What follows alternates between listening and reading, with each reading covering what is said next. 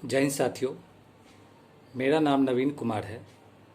मैं border security force में sub inspector ministerial के पोस्ट पर ईस्टर्न जोन में पोस्टेड हूँ। सिक्योरिटी रीज़न से मैं अपना एग्जैक्ट लोकेशन यहाँ पे शेयर नहीं कर पा रहा हूँ। साथियों, वर्तमान समय में मेरी तैनाती अंतर्राष्ट्रीय बॉर्डर पर है और यहाँ से बार बार घर की समस्या के समाधान के लिए छुट्टी आ पाना संभव नहीं हो पाता है। ये मेरी समस्या नहीं, किसी भी जवान की समस्या है, या यूँ कहे कि यह समस्या नहीं है, ये उसका कर्तव्य ही है। साथियों, मैं बिहार मुजफ्फरपुर ज़िला के पताही नारायणपुर गांव का निवासी हूँ। वहाँ पे एक छोटा सा मोहल्ला है रामचरित्र नगर। वहाँ पे मेरे बुजुर्ग माता पिता रहते हैं। मेरे पिताजी की आयु 70 वर्ष है। मेरी माता भी 60-65 वर्ष की बीच में है। उनके साथ मेरा छोटा भाई रहता है जो उनकी देखरेख करता है और उनकी सेवा करता है। पिछले कुछ दिनों से साथियों, मेरी माँ बहुत ज़्यादा बीमार चल रही हैं। उनके हाथ, पाँव, कमर, पीठ सब में बहुत तेज़ दर्द है। दर्द का आलम यह है कि वो अभी करवट भी ठीक से नहीं बदल पाती हैं। चलना भी मुश्किल हो रखा है। पिताजी अपनी अवस्था के कारण कोई मूवमेंट नहीं कर पाते हैं, ज़्यादा दूर तक नहीं चल पाते हैं। छोटा भाई जो कि काफ़ी ही सीधा साधा है, जितना उससे सक्षम हो पाता है वो बारीक देखभाल करता है। जो अपने शरीर से हो पाता है वो माँ की सेवा भी करता है। लेकिन मेरी माँ को अभी सेवा के साथ साथ डॉक्टर के इलाज की भी ज़रूरत है। अब साथियों, प्रश्न ये उठता है कि इलाज कराने के लिए ये वीडियो बनाने की क्या ज़रूरत है। तो ये मेरी लाचारी है। आज आलम यह है कि मैं अपनी माँ को इलाज कराने के लिए किसी नाते रिश्तेदार से भी आग्रह नहीं कर सकता। सामान्य दिन रहता तो कोई पड़ोसी भी आके इलाज कर देते हैं, जो संभव होता है वो मदद करते हैं। लेकिन आज स्थिति यह है कि मेरे मोहल्ला में 3 से 4 फीट पानी भरा है। सड़क, नाला, खेत खलिहान सब एक बराबर है।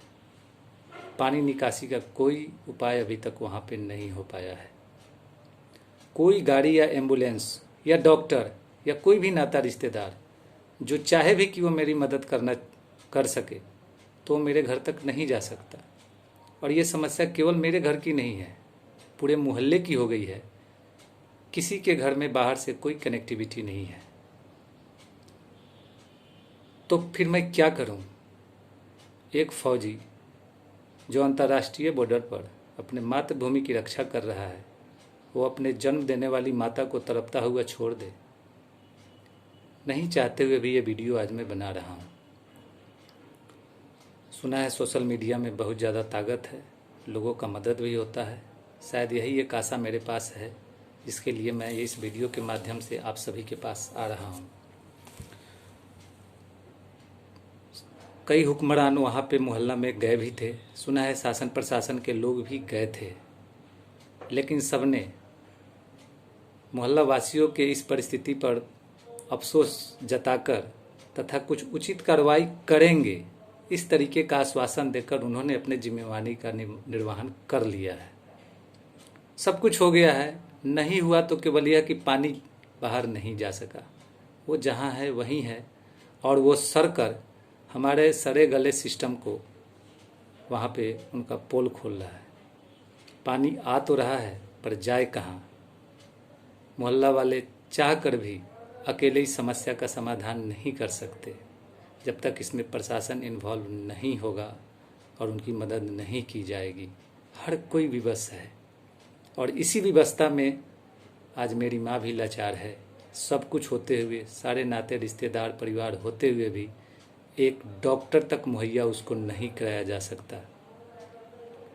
साथियों, अगर मेरी माँ को कुछ हुआ तो इस पूरे का जिम्मेवार वहाँ का सिस्टम होगा। वो हुक्मरान होंगे जिनके ऊपर एक आम नागरिक के समस्या को दूर करने की जिम्मेवारी होती है। साथियों, जब भी कोई अपने क्षेत्र से कोई नेता चुनाव जीतता है या फिर उसे कोई मंत्री का पद मिलता है तो हम सभी, चाहे दूर दूर ही क्यों न बैठे हों, खुश होते हैं कि चलो हमारे क्षेत्र से कोई ऊंचे पद पे गया है। ऐसे ही मेरी माँ भी खुश हुई थी, कहती थी कि चलो अपने क्षेत्र का एक नेताजी मंत्री बने हैं, अब रोड भी बनेगा, नाला भी बनेगा और अगले साल से शायद पानी की समस्या नहीं होगी। पर उस पगली को क्या पता था कि नेताजी एक बार पद मिल गए तो तुमसे मिलने नहीं आएंगे और ना ही रोड बनेगा ना नाला बनेगा। ऐसा ही हुआ, न रोड बना न नाला बना, पानी वैसे ही सड़कों पे सर कर वो अपना कर्तव्य पूरा कर रहा है। मित्रों, जब जब 15 अगस्त 26 जनवरी का दिन आता है तो पूरे देश में देशभक्ति गाने के साथ शहीदों को नमन किया जाता है। फौजी भाइयों के बारे में अच्छी अच्छी बातें कही जाती है। हमारे देश में एक बड़ा अच्छा प्रचलन है कि जब कोई शहीद हो जाए तो उसके नाम पे कुछ कैंडल जला लो, मोमबत्ती जला लो, मीडिया के सामने कुछ छोटी छोटी बाइट दे दो और जय हिंद जय भारत का नारा लगाकर कल से भूल जाओ। पर हम जैसे फौजियों का क्या, जो जीते जी अपनी पहचान के लिए तरस रहे हैं। मैं एक फौजी हूँ, मेरी पहचान किसी बड़े डॉक्टर से, बड़े लोगों से नहीं हो सकती। समाज में हमारा रहना बहुत कम होता है।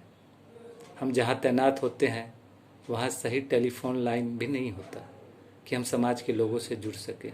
ये हमारी मजबूरी है, लेकिन हमारी इस मजबूरी का फल हमारे परिवार को न मिले। आज मेरी माँ इलाज के लिए तरस रही है। सुना है कई एनजीओ जो अच्छे काम करने के लिए जानी जाती हैं। अगर ये वीडियो किसी माध्यम से उन तक पहुंचता है तो आप सभी से मेरा ये विनती है कि कोई अच्छे डॉक्टर, कोई अच्छे वॉलंटियर या ब्लड टेस्ट करने वाले जो लोग, जो भी पॉसिबल हो, अगर वो गंदे पानी में घुसकर कुछ करना चाहते हैं तो कृपया आप सभी मेरी माँ तक मदद पहुँचाएं, उनका इलाज कराएं। मैं आप सभी को यह आश्वासन देना चाहता हूँ कि आप जन्म देने वाली मेरी माँ की रक्षा करिए और मैं इस मातृभूमि की रक्षा जैसे पहले से करता रहा हूँ वैसे ही करता रहूँगा। हमें मातृभूमि की रक्षा के लिए हम एक बार भी नहीं सोचते हैं कि हमें अपनी जान देनी या दुश्मन की जान लेनी होगी। तो फिर मेरी माँ की रक्षा की जिम्मेवारी भी आप सभी को लेनी होगी।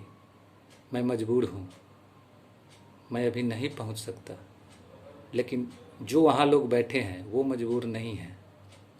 आप सभी से मेरी विनती है, एक आग्रह है कि मेरी माँ को प्लीज़ जो भी हो सके जल्द से जल्द इलाज दें।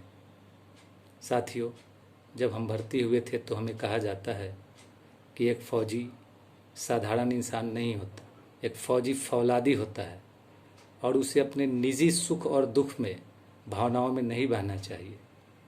ये सही है साथियों, मैं अपने निजी दुख के कारण रो नहीं सकता क्योंकि मैं एक फ़ौजी हूँ, लेकिन मेरा एक और परिचय है।